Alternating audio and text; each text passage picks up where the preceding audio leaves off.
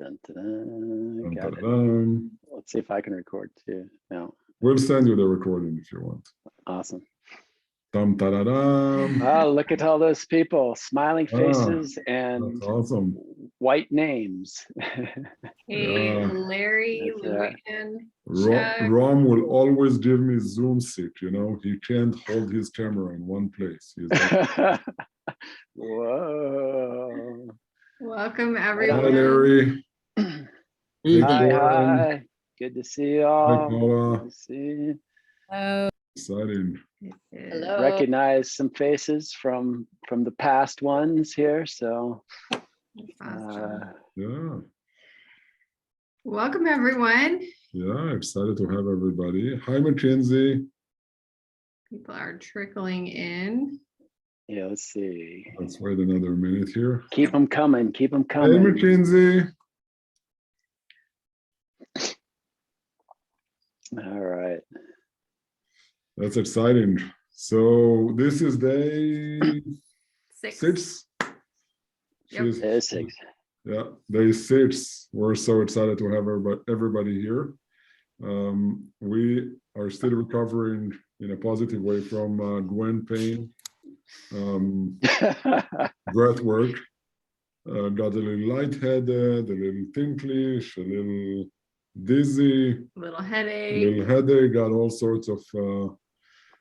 Some people said, "Oh, so calm." So and had some incredible reactions and while Chirstian, who we have today, is a breathwork facilitator, I think we're not going to have breathwork today, but we will have some other fun stuff. We will have the theory of everything, which is mind-blowing in 21 minutes. But I will say I have done breath work with you, Chirstian, and also incredible. We're so excited to have you here tonight. Let's take a minute to hear from you all. How are you feeling? How's your day going? Drop in the chat. Would love to get the conversation going. How are Can you? I say something? Yeah. Hey, Larry. Last night was interesting, the breath work. It's the first time I've ever done breath work with an open mouth. Most of the breath work I've ever done is through the nostrils, and it was very interesting and it was very intriguing and I enjoyed it. So thank you. You are so welcome. Welcome. It was also the first time I'd ever done breath work with an open mouth. And I love how she talks about the receiving and the generosity and really opening to what's available to you and physically opening your mouth. Yeah, so Larry, if you can imagine that for an hour and 15 minutes with intense live music. Need lots of water.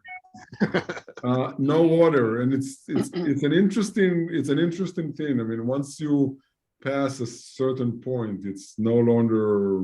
I mean, it's okay. It's an hour, but it's also an eternity, and it's also a minute.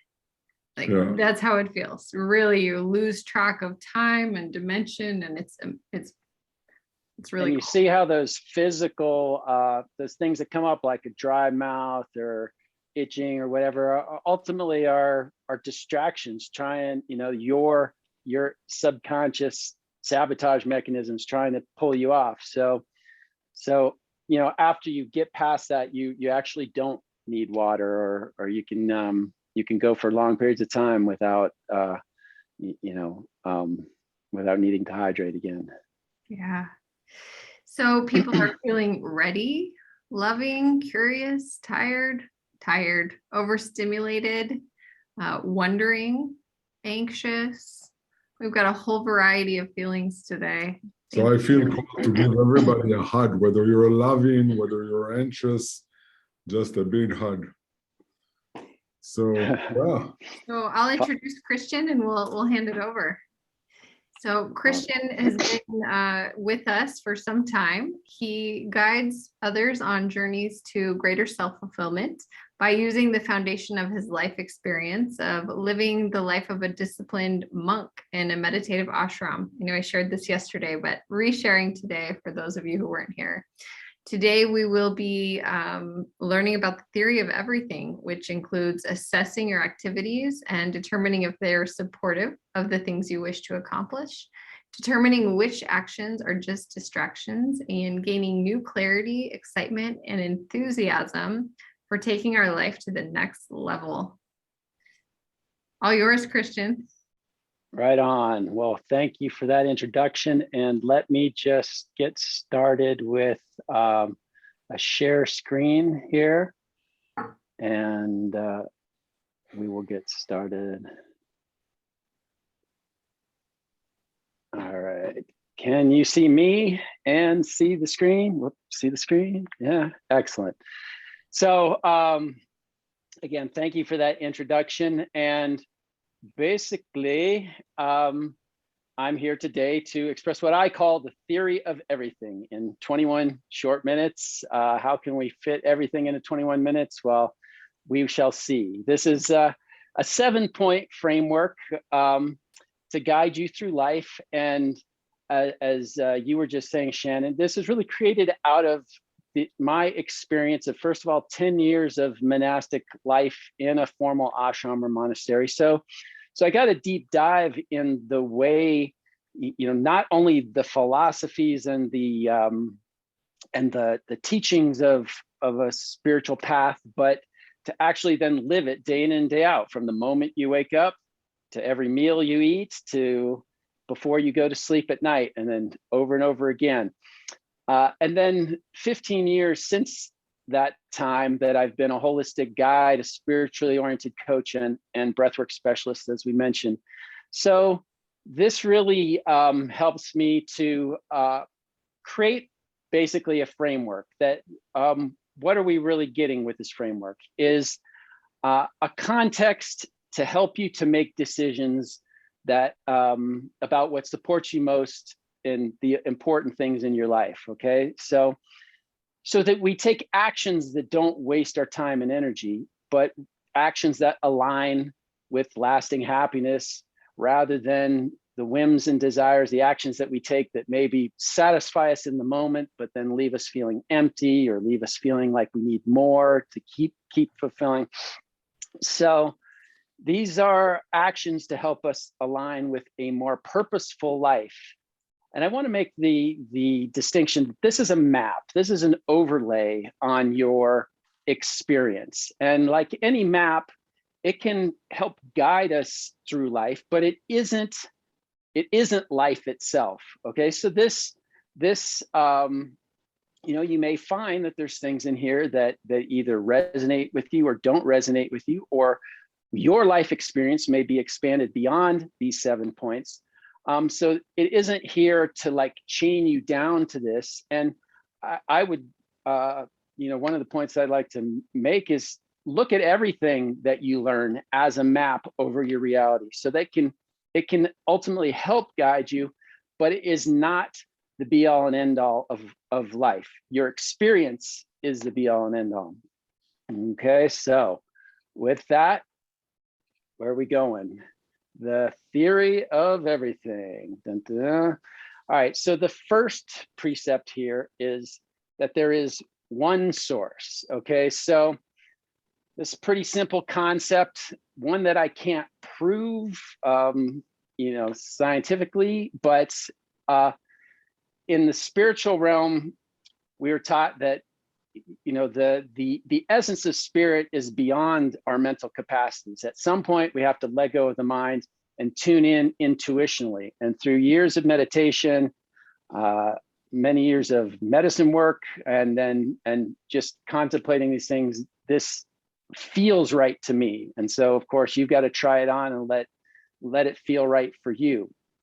But so we come from this one source. Some of us call it a oneness, some of us call it God, and there's many names for God, Yahweh, Allah, what have you. Some call it the universe, right? This grand infinite space.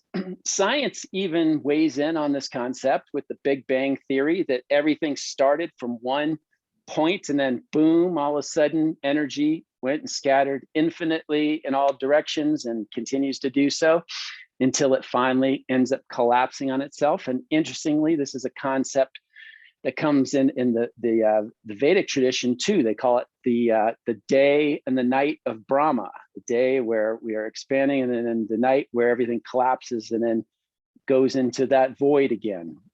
Then there's a unified field theory in science where everything is unified. Everything is one substance that unifies all. The Buddhists call it the void. The Hindus call it the Om vibration. We call it the self or the oversoul. And those last two really are what leads me into the next precept, which is that the essential nature of the one is love. Okay, so take this journey with me. Everything is ultimately energy, right? Even science has stated this, that the solid body that we are, the table, the trees, everything ultimately is energy. And what is energy? Energy is a vibration. Now, when you sit in meditation or in any kind of practice where you try to connect, what is that energy? What is the vibration that you feel? And I feel, and would say that this is more of a universal feeling, peace. I feel joy and love. Ultimately, peace, joy, and love are what I would say is really the energetic nature of creation. And I boil that down to call it love. So the nature of the one, the energy of the one, is this vibration of love. Okay, everybody following me so far? Thumbs up, good. So we go into the precept number 3, that the nature of love is to express itself in an infinite variety of ways.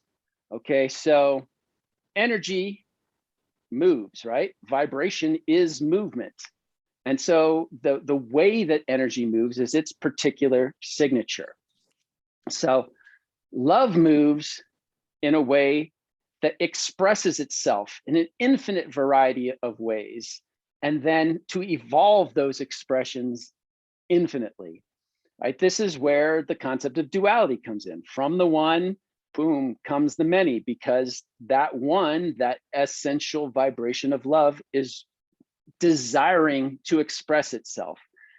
It expresses itself in the myriad forms of manifestation, which includes you and it includes me. So you are, your essential nature is the same as the essential nature of the one, which is love, okay? So this is the impulse within us to want to express love, because that is our essential nature.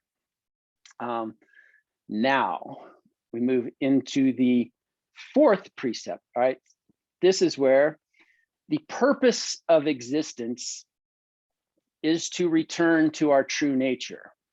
Now, in the spiritual path that I am in and was a monk in, we called it self-realization, okay? To realize ourself, that self with a capital S. This is our true nature as God.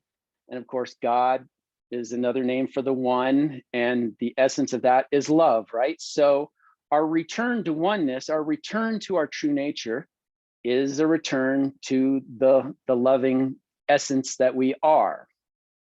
So in order to do this, we are expressing love. When we express love, that is the activity, that is the physical action that aligns us with our true nature of love. And we could say, when we are expressing in love, when we are aligned with that true nature, we are enlightened, or we are self-realized. When we express in our lives without love present, then we tend to be out of alignment or unenlightened. And just tune in for a moment. When you express from a place of love, do you feel connected? Do you feel grounded? Do you feel centered? Do you feel expansive? When you're expressing out of love, and this was the example for me this morning. I was talking with Shannon and Amir earlier. I drove my parents to the airport at 5:30 in the morning this morning, and I woke up kind of grumpy. I didn't want to do that at that early hour of the morning. And so I was like, I was not in love in that moment. And I felt it. And the one that was punished the most from this feeling was myself, right? So I quickly recognized this, especially since this presentation was foremost in my mind, and changed my attitude. And then the same activity could be done from a loving place, or it could be done without that love present. And the difference was all in how I basically got to experience life in an enlightened and a much more centered and grateful space, or a sort of like, oh, why me? I'm such a victim here in this moment type of space. So an interesting point I want to bring up in this is that self-realization or enlightenment can be temporary. And what do I mean by that? I used to think, especially, in these years of meditating, we're beings who've got the veil of illusion over us, and we're trying to lift that veil, and one day finally that veil opens up and we're enlightened, we're realized, and then from that point on you don't have to worry about it anymore. Well, I've changed my concept of this over time to recognize that just like in the example that I gave, in my real life example of taking my parents to the airport, when you step into love, in that moment, you are aligned. You are connected with your true nature. You are essentially realized or enlightened in that moment. Now, in the next moment, something may happen. My mom may say something that annoys me, and I'll come out of that enlightenment, and I will now be not enlightened anymore. And we can oscillate in between the enlightenment and non-enlightenment. And I think the goal, of course, is to stay in that longer and longer, but it doesn't mean you're not there until you're finally there. We move in and out of this, and this is a very important point in this purpose of our existence, because we essentially are practicing, in a way, being in that true nature of love. All right. So now we are moving on to number 5. The field in which this evolutionary process happens is relationship. Okay, and when I use relationship in a very specific way, it doesn't mean like who you are intimately involved with exclusively, but we are in relationship with everybody that we meet. Every being that we interact with is a relationship, and and love, the way that we express love, is practiced and perfected in this field of interacting with each other. If you really think about it, nothing happens outside of relationship. You think of that like I love the concept of the self-made millionaire. People walk around, I'm a self-made millionaire, or they stole somebody on the news. It's like, how could you possibly be a self-made millionaire? You need hundreds, if not thousands, of people to support you, to give you their money, basically, in order to become that millionaire, let alone their time and their efforts to build whatever entity has created that wealth for you. So it requires us to interact with each other. Our abundance requires that, our love requires that, our anything that we do happens in this field of relationship. Now, and this is where we learn to express our true nature as love. Now, of course, the most important relationship that we have is the relationship with the self. And here I make the distinction, the self with the capital S, because that is our true nature. That is the love vibration. But all other relationships are merely a reflection of our relationship with this self. And we can kind of get a sense of, are we relating to our big self, that big S self, I said the big S self, which is the, the love vibration, or are we relating primarily to the little S self, which is the ego self? And, we can, again, pretty much determine that by the quality of our satisfaction, the quality of our peace and well-being as we relate out in the world. And how we relate to that is going to be reflected in the relationships that we have externally.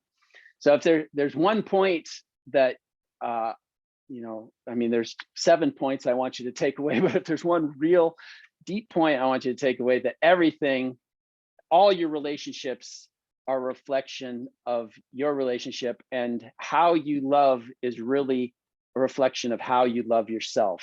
And I would say that self-love is at the core of almost any issue, problem, challenge that we face in life. So we get to the idea that unconditional love, then we hear this word a lot, unconditional love really is complete self-realization, right? If you are able to love yourself unconditionally, that means then you will love others unconditionally, all others. And when you are unconditionally loving, you are consistently in that love vibration. And ta-da, there you can say then truly that you are self-realized, or somebody else will say it for you there. So, and this, this isn't easy, right?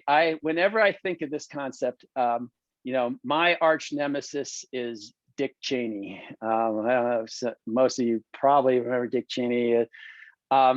He to me was like the epitome of evil, and it's very hard for me to love that guy. And when I really sit with that, I recognize that there's nothing wrong with him. He's reflecting something about me that I haven't yet accepted within myself. And the more that I can be with that and accept that completely, then I can move into that space of unconditional love. And I just see Larry saying, I mowed Dick Cheney's lawn as a kid. All right, so maybe, we could talk later. You can tell me if my feelings are justified or whether I'm way off base. Hopefully he's just a really nice guy that, has this political facade over him, right? We agree that it has nothing to do with Dick Cheney. It's all about the relationship with you. That's all. Right on. Okay, let's see what else is it. It's an it question. How do you put you in the corner of Zoom? Get with me about that. We got a lot to talk about, Larry, now. So, okay.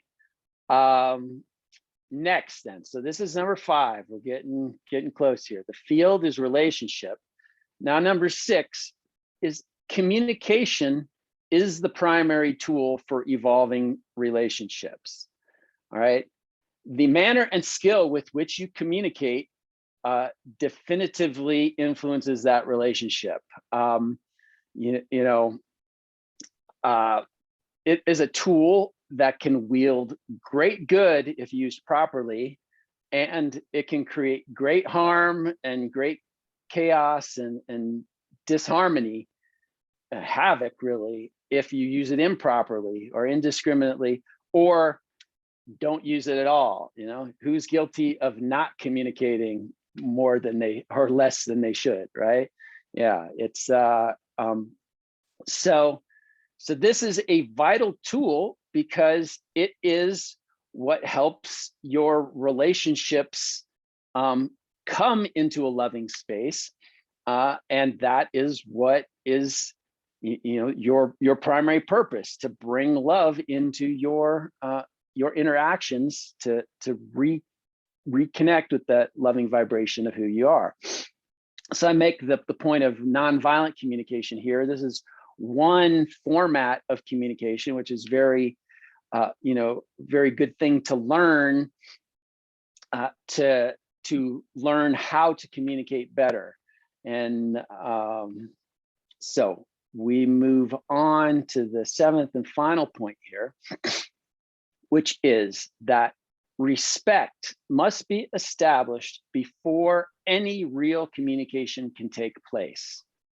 Okay, this is also, this is the second biggest thing besides everything being, about self-love.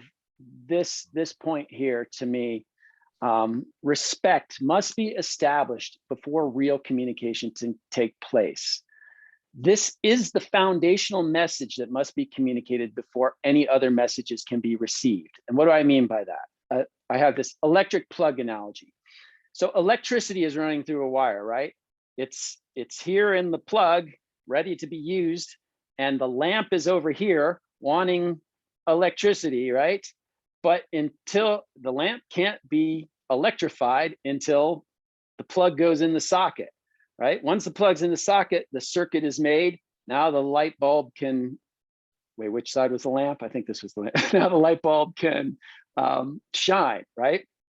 So just as our communication is as interconnection, is an electric signal back and forth between one person and another, respect is that plug. If respect isn't communicated, it's like, so I'm like losing my hand here. This is all beta test here, by the way. But so respect, is like the plug. If it isn't communicated, the plug isn't plugged in. So no other message can actually be received until the plug is plugged in. And so look at this. This is so prevalent in the world today. And I would say, I took a little jaunt into politics here. So let's revisit that. In our politics, there's two sides that are very contentious these days.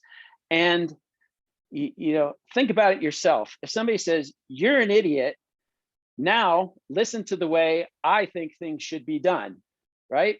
You're like, whatever, they may have the greatest ideas in the world, but because they called you an idiot, you're not even giving them the time of day to listen to their great ideas. If they come in and say, hey, I respect you, I respect what you stand for, and I have some differences of opinion, and here's where I think things could be better. Well, you may end up still not agreeing, but you'll ultimately agree to disagree, right? Because now you can say, all right, this person sees me as a person, this person respects me and what I stand for, even if they don't necessarily agree or understand exactly what I stand for. And this is important because if you get this concept that everything is love, well, love doesn't just come in the soft, juicy forms, right? Love isn't always a hug. Love isn't always a kiss or a pat on the back or a positive word. Love comes, you've heard this term tough love, right? Love sometimes slaps you in the face or kicks you in the butt to wake you up, which is, ultimately a beautiful thing. But in that moment, you may be, if you don't understand that, this is tough love speaking to you, you can get bent out of shape, and you won't receive that message if that kick in the butt first wasn't preceded by, I respect you in so many words, and now I've got to kick you in the butt to get you going. Okay, so we come back here. The theory of everything in a quick nutshell is there's one source. The essential nature of that source is the vibration of love. The one divides into the many in a perpetually evolving expression of its essential nature as love. That includes you, includes me. Your purpose is to realize your true nature as love through your expression. And relationship is the field where this purpose is expressed, realized, worked out, Communication is the primary tool for evolving these relationships, and respect is the fundamental message that must be communicated before any other communication can be received. All right, so the real value in this is that these are the things that we can focus on to make life better. This is what I would say, again, this is a map, but these are the things here to say. Let's put it this way. Why is this in the letting go section? Because this helps you decide what to let go of, what's not worth spending time on, and what is. I dare say, if it isn't involving love, relationship, communication, respect, or, self-realization, basically, it's fluff in your life. It's not, it may make you happy temporarily, but it's not going to provide you the lasting, true, embodied happiness, which is our spiritual birthright. So, it helps you make the choices. It helps clarify what's important or productive for your purpose. It cuts out distractions and dead ends. And the benchmark of whether it's really working for you or not is, will you feel more peace, more joy, and more love? And I can say, for me, this has helped me tremendously to feel that. And that's why I'm offering it to you to try out. So my challenge to you in the short term is to feel into what you just learned, and what aspect of this is most up for you. Was it relationship? Was it self-love? Was it respect? And then schedule a discovery session with me, and we'll take a 20-minute dive into that. All right.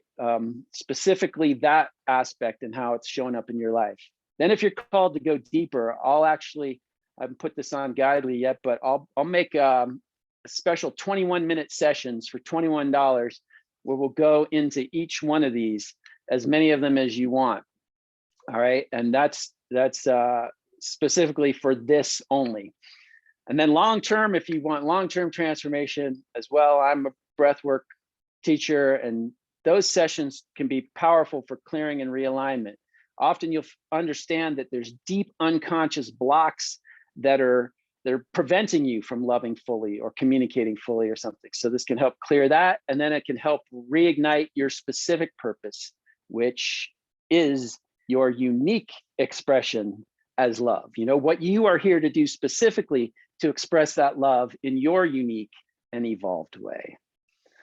All right, and so with that, tried to stick to those 21 minutes, but I know went a little over. But I hope this was valuable information for you all. I'll turn it over back to Shannon and Amir. Thank you so much, Chirstian. This was beautiful, and I definitely took some takeaways and some notes. I remind everybody to choose one word. If you want to share here, great. If not, keep it down for the integration phase later. What is your takeaway from today's session in one word? And I hear respect, which is beautiful. For me, it's connection. I think everything comes down to connection, which I believe is the highest form of love, but different. So, and by the way, beautiful prep for Team Kelly tomorrow, because great segue. I'll let you. Tim Kelly is purpose work, but I also want to touch on the next couple days. Tim is not tomorrow. We have Melissa Reese tomorrow, and she's here live with us. You'll want to prep for tomorrow's session with a plate, a clear glass plate, and a pillowcase. The instructions are in your portal. They also were emailed out, and they're in the Facebook group. So something really exciting tomorrow about forgiveness, which I think flows right perfectly behind this. And then I want to touch on Sunday. It's Halloween, but we are really lucky to have Cynthia Kane, who is How to Communicate Like a Buddhist. Incredible book and course, and really successful guide. And she'll be teaching us about nonviolent communication, which you talked about on your slide. And so, if you can tune in Sunday, we've got a really fun lineup this whole 21 days, really. So thank you, Chirstian. Well, I'm honored to have been a part of this, and to be one of 21 amazing people with amazing wisdom to share. So I look forward to the rest of it, and I'm learning as much as I'm offering to learn here. So Awesome. Really appreciate that. So I see a note from Melissa. It can also be a piece of paper tomorrow, but if you really want the somatic experience, do a glass Bring plate. plates, not plates that you're emotionally attached. Well, maybe yes. Maybe. And it depends. Awesome. Thank you all. Let's Wait, unmute. unmute. Yeah. Unmute. Unmute. Let's all say goodbye. Thank you. Bye-bye. Thank Thank you. you. Bye. Have a great evening. Bye. Thank you. Great to have you all. Thank you for showing up. Bye. Thank you.